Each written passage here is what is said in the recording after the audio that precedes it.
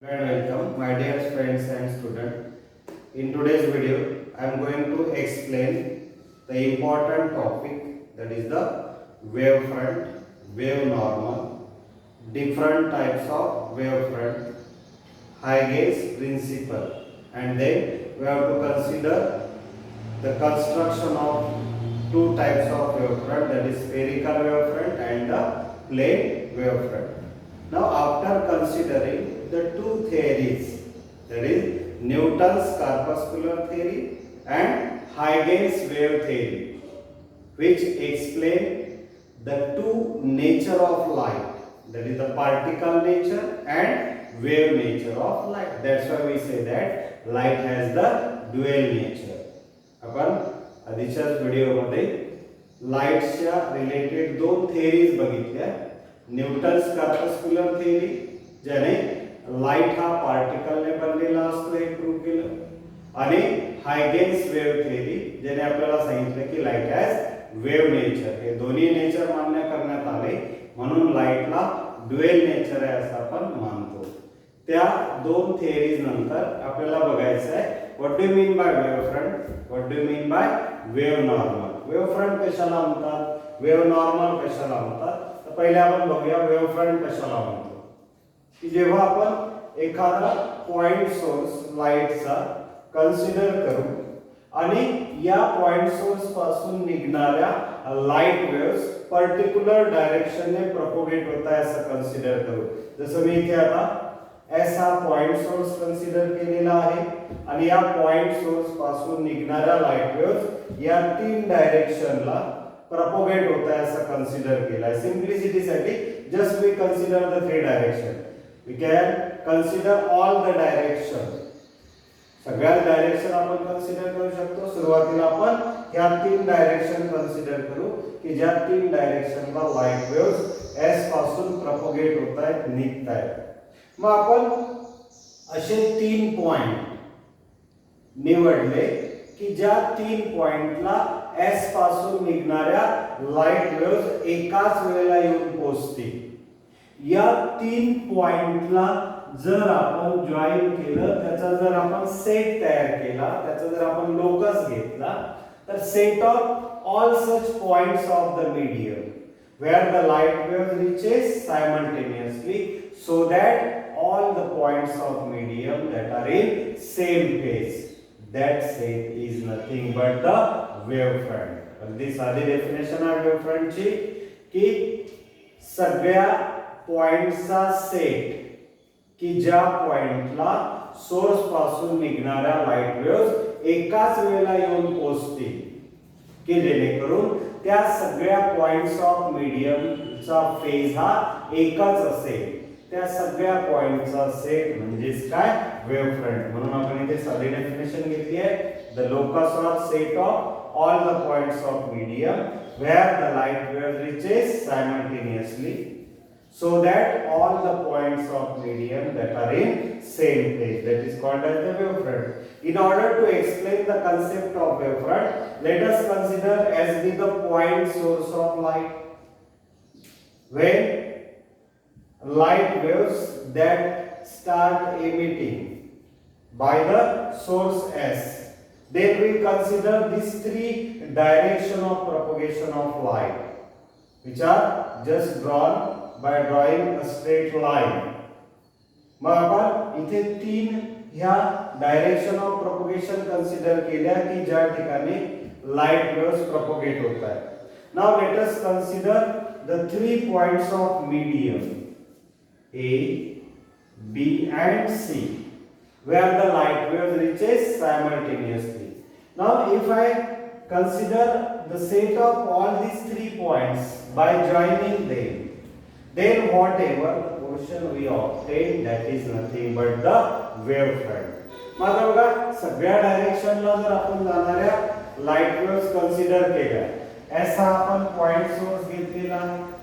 या point source पासून निघणाऱ्या लाईट वेव्ह ज्या आहेत या toward right side, toward left side, in the upward direction, in the downward direction, या सगळ्या दिशेला ट्रॅव्हल होईल.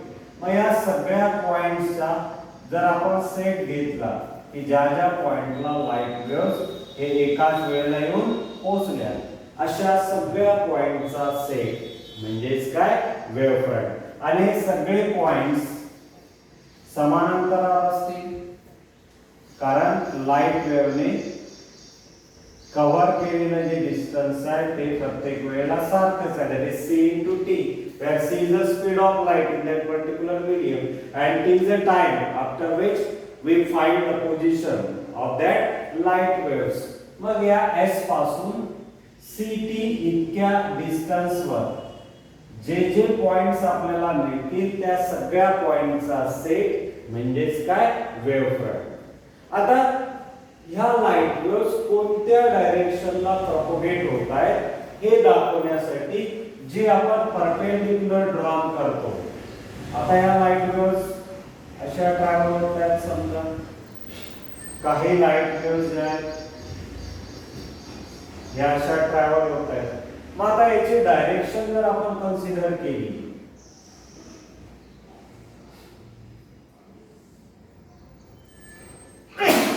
ही जर डायरेक्शन आपण कन्सिडर केली just by drawing the perpendicular to the surface at any point, तर ह्याच परपेंडिक्युलरला म्हणतो आपण wave normal.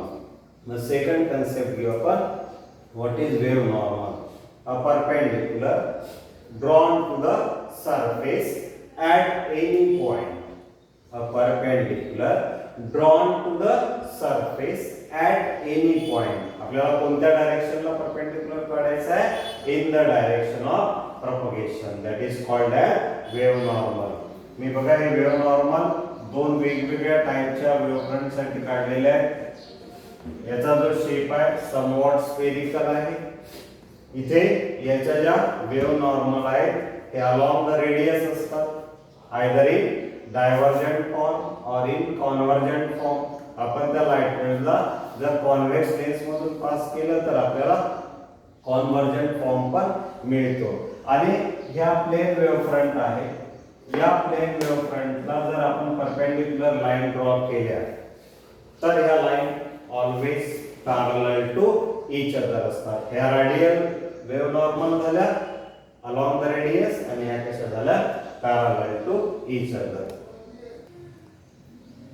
Now we have to consider the different types of wavefront. Now depending upon the distance between source and the point of observation, we have to consider the three types of wavefront.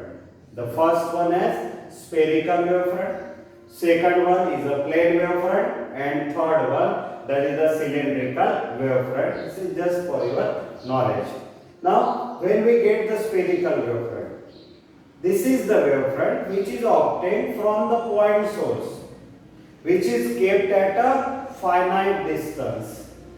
जेव्हा आपण एखादा point source finite distance वर consider करतो त्या point source पासून निघणाऱ्या light waves ज्या ज्या डायरेक्शनने जातील त्या सगळ्या डायरेक्शनला जर आपण पॉइंट ऑफ मीडियम सिलेक्ट केले की ज्या ठिकाणी लाईट वेव्स एकाच वेळेला येऊन पोहोचतील तर अशा सगळ्या पॉइंटचा सेट म्हणजेच वेव्हफ्रंट.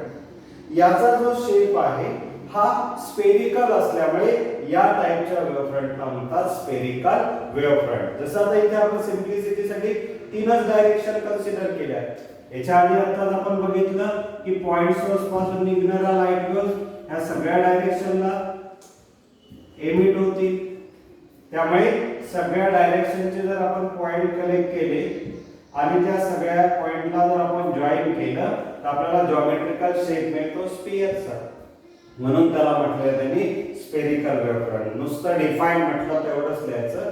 The wavefront which is obtained from the point source which is kept at a finite distance that is called as the spherical wavefront. जी वेव्हफ्रंट आपल्याला पॉइंट सोर्स पासून मिळते की जो पॉइंट सोर्स आपण फायनाइट डिस्टन्स वर ठेवलेला आहे अशा वेव्हफ्रंटला स्फेरिकल वेव्हफ्रंट म्हणायचं. याचं एक्झाम्पल म्हणजे जेव्हा आपण कॅन्डलला बर्न करतो तर कॅन्डल सोर्स ऑफ लाईट झाली. ती जी फ्लेम आहे त्या फ्लेम पासून निघणारा जो लाईट आहे हा सगळ्या डायरेक्शनने प्रोपगेट होईल. मग आपण पॉइंट ऑफ मीडियम जर सिलेक्ट केले की ज्या ज्या पॉइंटला त्या लाईट वेव्ह एकाच वेळेला येऊन पोहोचतील त्या सगळ्यांचा आपण जर सेट घेतला आणि त्यांना जर आपण जॉईन केलं तर आपल्याला स्फेरिकल शेप मिळतो. म्हणून या टाइपच्या वेव्हफ्रंटला काय म्हटलेलं आहे, स्फेरिकल वेव्हफ्रंट. दुसरं जे आहे ते प्लेन वेव्हफ्रंट.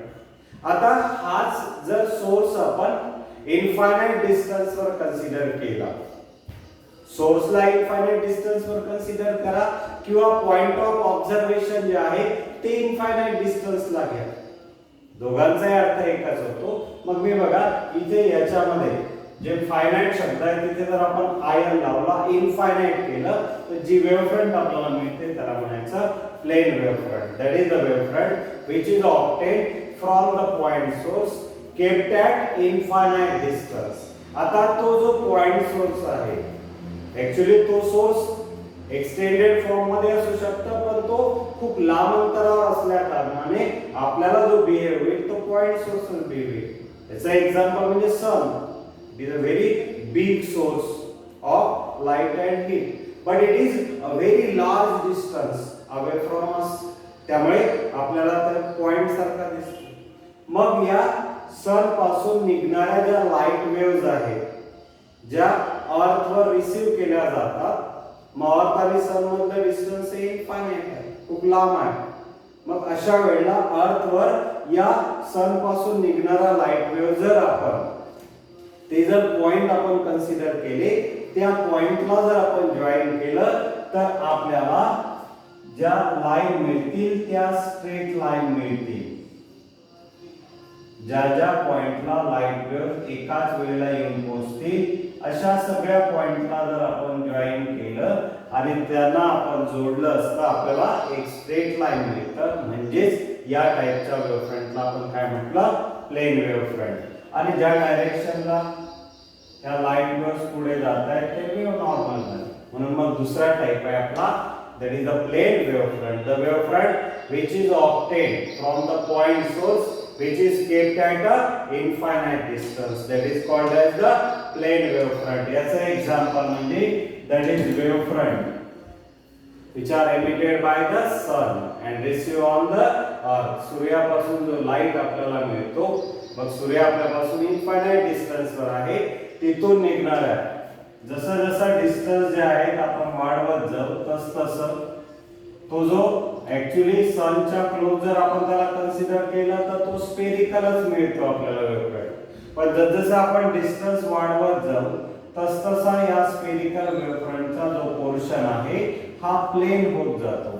म्हणून इन्फायनाइट डिस्टन्स वर आपल्याला मिळणारी ही जी वेव्हफ्रंट आहे ही प्लेन मिळतं. म्हणून the wavefront which is obtained from the point source which is kept at a infinite distance, that is called as the plane wavefront.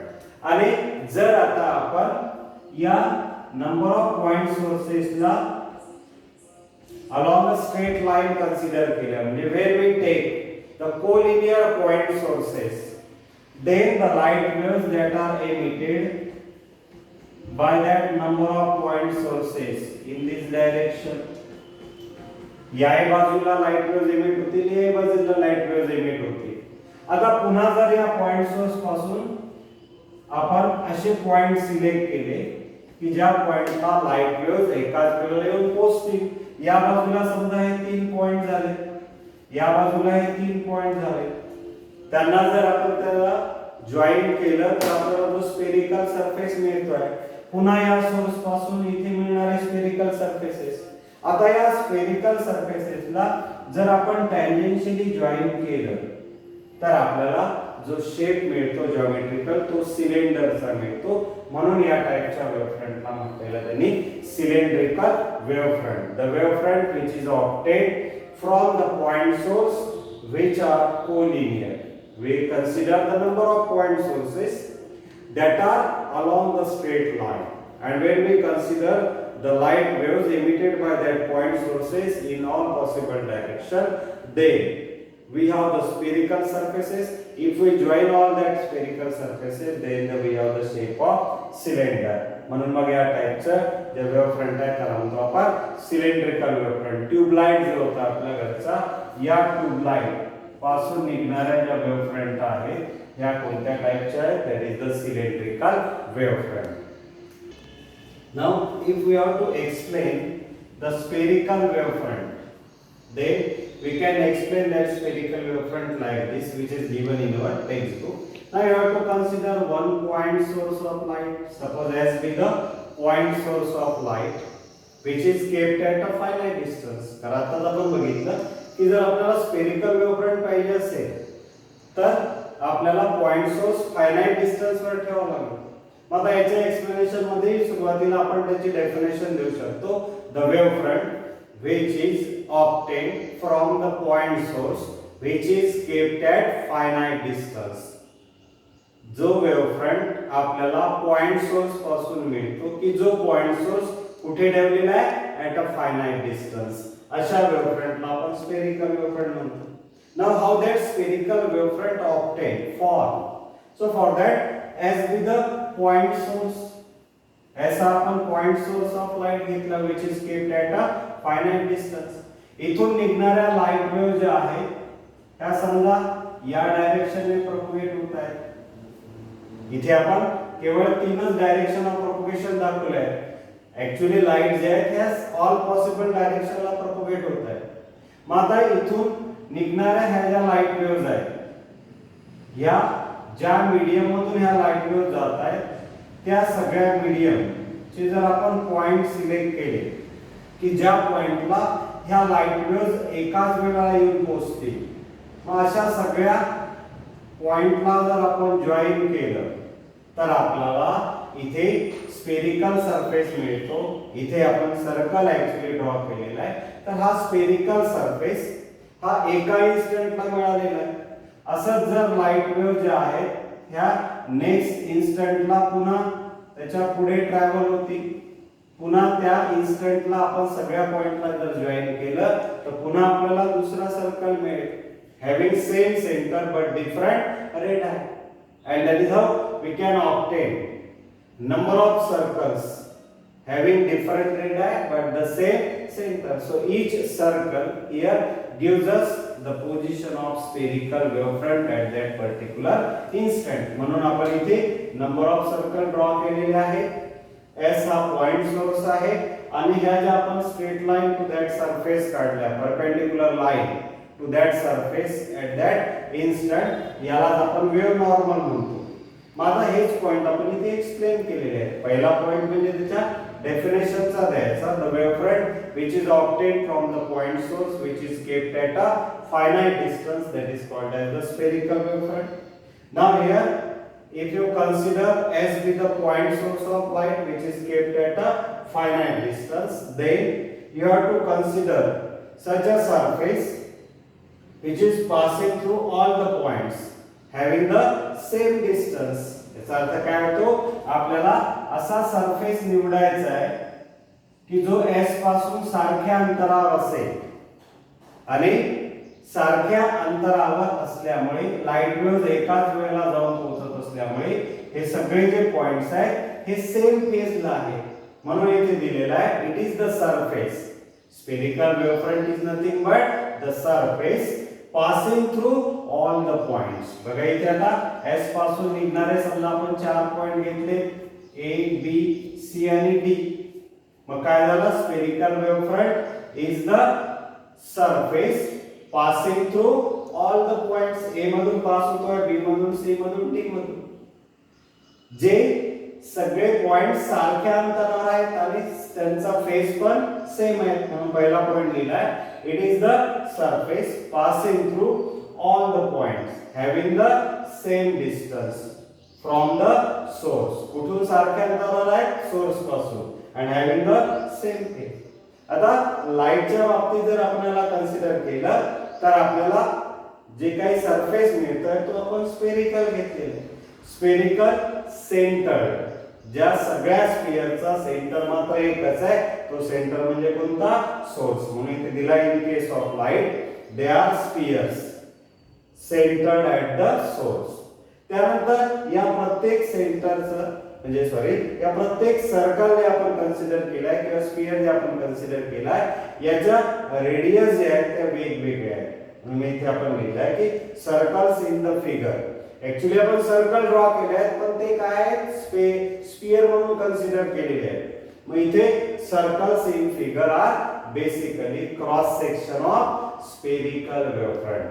इथे आपण फिगर मध्ये ड्रॉ केलेले सर्कल म्हणजेच स्फिअरचे क्रॉस सेक्शन आहेत with the source at their centre. तर मला तोच पॉइंट येतो की आपण इथे डिफरंट सर्कल ड्रॉ केलेले आहेत. हे डिफरंट सर्कल आपल्याला काय रिप्रेझेंट करतात? Cross section of spheres with the different radii and the same centre. आणि हे जे एरो आपण काढलेले आहेत ते एरो काय रिप्रेझेंट करतात? ते एरो जे आहेत हे डायरेक्शन ऑफ प्रोपगेशन रिप्रेझेंट करतात. म्हणजे these are the perpendiculars drawn at the surface of the wavefront at that instant in the direction of propagation. त्यांनाच आपण काय म्हणतो? Wave normal. म्हणून इथे these arrows which are perpendicular to spherical surface which shows the direction of propagation. These are nothing but the wave normal. Now we have to consider the explanation of plane wavefront. Now we have to consider the second type of wavefront, that is the plane wavefront. Now we have to explain how plane wavefront that are formed. त्याची definition पुन्हा आपण इथे एकदा पहिला point म्हणून घेऊया. that is the wavefront which is obtained from the point source which is kept at a infinite distance. Actually आपण point source आणि point of observation यांच्यामधलं डिस्टन्स जर इन्फायनाइट कन्सिडर केलं तर मिळणारी जी वेव्हफ्रंट आहे त्याचा जो सरफेस आहे तो प्लेन मिळतो. म्हणून त्या टाइपच्या वेव्हफ्रंटला प्लेन वेव्हफ्रंट म्हणतात. म्हणून मग पहिला पॉइंट कन्सिडर करा डेफिनेशनचा. The wavefront which is obtained from the point source which is kept at a infinite distance called as plane wavefront. Actually plane wavefront हे आपल्याला स्फेरिकल वेव्हफ्रंट पासूनच मिळतात.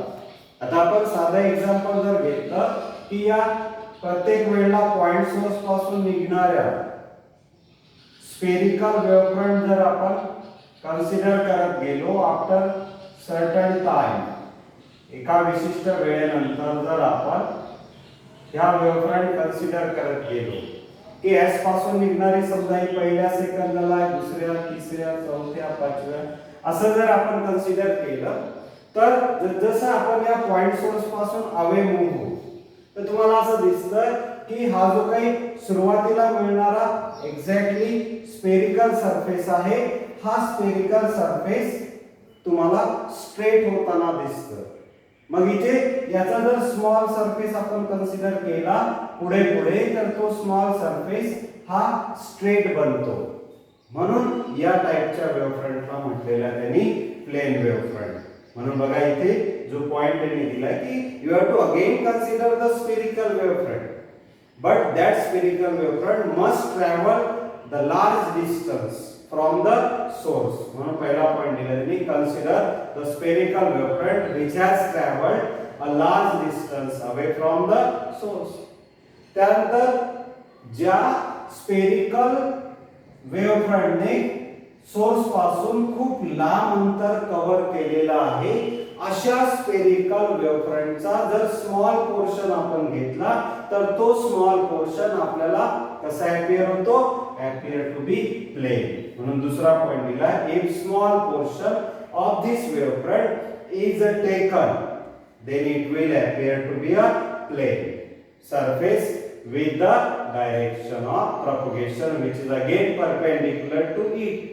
मग अशा सगळ्या वेव्हफ्रंटलाच आपण काय म्हणतो? प्लेन वेव्हफ्रंट. मग इन्फायनाइट डिस्टन्स वर ठेवलेला पॉइंट सोर्स घ्यायची गरज नसते.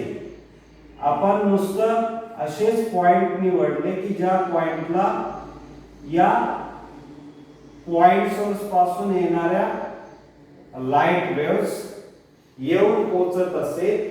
समजा ह्या 5व्या सेकंदाला, या 6व्या सेकंदाला, 7व्या सेकंदाला. मग हे जे 3 पॉइंट आपण जॉईन केले की ज्या पॉइंटला इन्फायनाइट डिस्टन्स वर ठेवलेल्या पॉइंट सोर्स पासून लाईट वेव्ह एकाच वेळेला येऊन पोहोचतील यांना जर आपण जॉईन केलं तर एक प्लेन सरफेस मिळाला, पुन्हा दुसरा प्लेन सरफेस, पुन्हा तिसरा. आणि ह्या लाईट वेव्हज कोणत्या डायरेक्शनला जात आहे यासाठी आपण परपेंडिक्युलर ड्रॉ काढले. मग हे जे परपेंडिक्युलर ड्रॉ काढले in the direction of propagation त्यालाच काय म्हणतो आपण वेव्ह नॉर्मल. लक्षात घ्या, प्लेन सरफेस साठी जे वेव्ह नॉर्मल आपण काढतो ते पॅरलल टू इच अदर असतात आणि स्फेरिकल साठी जे आपण काढतो ते कसे असतात, that is the here along the radius, that is either in divergent form or in convergent form. So this is how we explain what do you mean by wavefront, wave normal, different types of wavefront.